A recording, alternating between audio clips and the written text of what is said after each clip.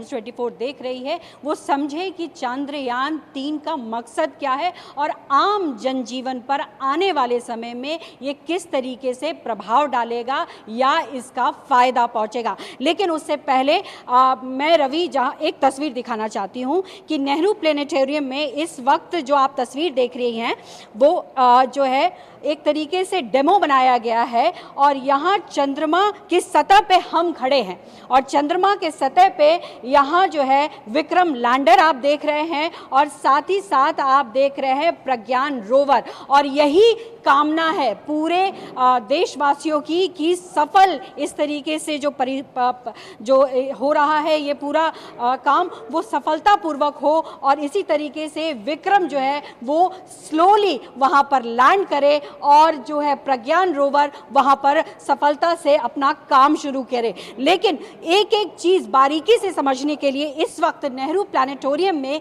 मेरे साथ मौजूद हैं प्रेरणा चंद्रा जो कि प्रोग्राम मैनेजर हैं। आपको बताएंगी कि किस तरीके से जो है ये पूरा का पूरा चंद्रयान 3 कैसे काम करने जा रहा है, क्या क्या इसमें बारीकियां हैं।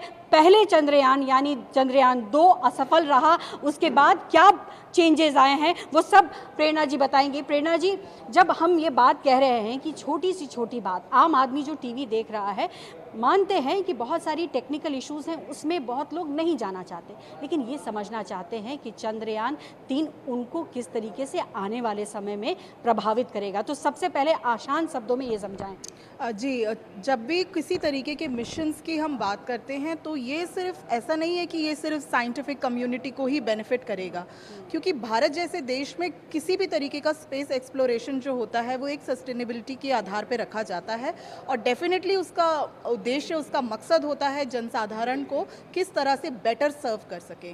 तो हम आज जो अपने मोबाइल फ़ोन यूज़ कर रहे हैं, जो टेक्नोलॉजी यूज़ कर रहे हैं, ये उसी का उदाहरण है।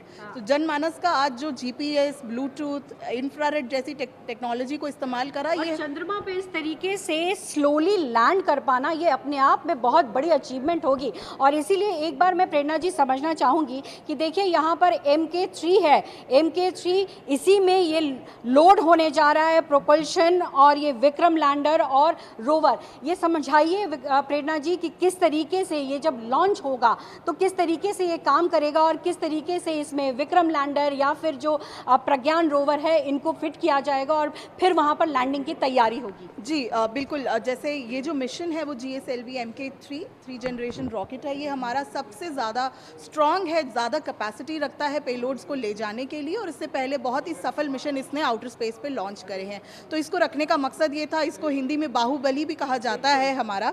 तो इसमें हमारे जो 3 कंपोनेंट्स हैं, पिछली बार हमारा ऑर्बिटर जो अपना कार्य जो अभी तक अच्छे से कर रहा था, तो उसी ऑर्बिटर की सहायता से हमने इस मिशन को जो है वो आगे सोचा है। तो ऑर्बिटर नया नहीं है। एक चीज़ मैं बताना चाहूँगी रवि कि जो ये बता रही हैं कि चंद्रयान 2 जब लॉन्च हुआ था तो उसमें ऑर्बिटर जो है वो सतह पे रहा, सतह यानी कि बाहरी सतह पे, लेकिन जो लैंडर और रोवर था वो एक्सप्लोड कर गया था। तो ये यही जानकारी दे रही हैं कि जो ऑर्बिटर है वो लगातार वहाँ की चीज़ों के बारे में अपडेट करता रहा और उसी के बेसिस पर बदलाव किए गए। और साथ ही मैं आपको यहाँ पर एक चीज़ और बता दूँ प्रेरणा जी से बात करने से पहले कि ये जो आप विक्रम देख रहे हैं लैंडर, इसके जो आप लेग्स देख रहे हैं इसमें सबसे बड़ा बदलाव किया गया है। इसके लेग्स को बढ़ाया गया है और बड़ा किया गया है और साथ ही साथ जो है सॉफ्टवेयर में भी इसके अपडेट किया गया है प्रज्ञान रोवर में। यानी कि एक जो चेंजेस, जो बड़ी चेंज आपको मैं बता रही हूँ, ये 2 बड़े चेंज है ताकि सॉफ्ट लैंडिंग हो। दूसरी चीज़ यहाँ पर जैसा आप कह रहे थे कि अभी तक 3 ही ऐसे देश हैं, चाइना, रूस और अमेरिका, जिसने की सॉफ्ट लैंडिंग की है, लेकिन भारत साउथ पोल पर लैंड करने की कवायद करने जा रहा है जो कि अपने आप में पहली बार होगा।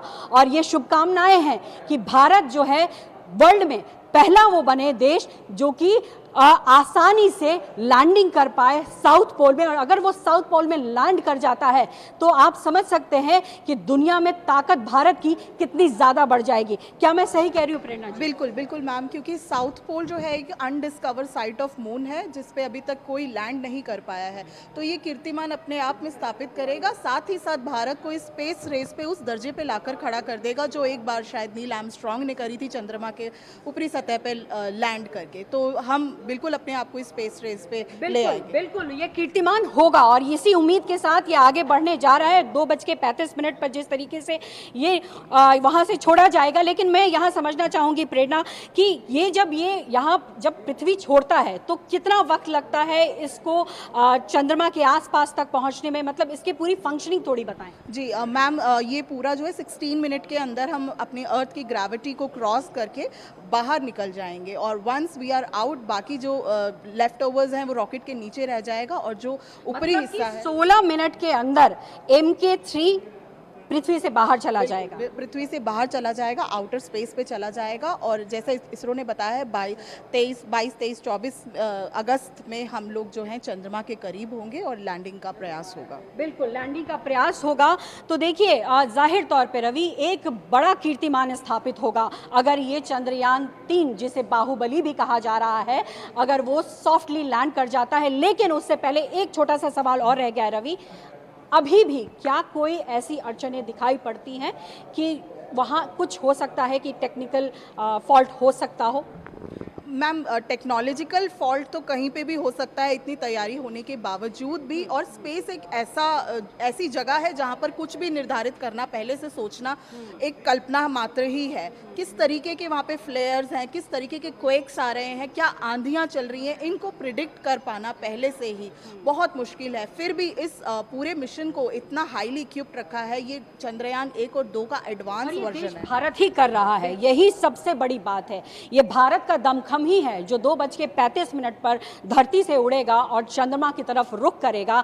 जाहिर तौर पर सभी की शुभकामनाएं हैं। और जिस तरीके से रवि आपने भी कहा और हम भी लगातार कह रहे हैं कि आम लोगों को इससे क्या आने वाले समय में बेनिफिट होगा, ये यही है कि भारत ताकतवर हो जाएगा, भारत किसी पे निर्भर नहीं होगा।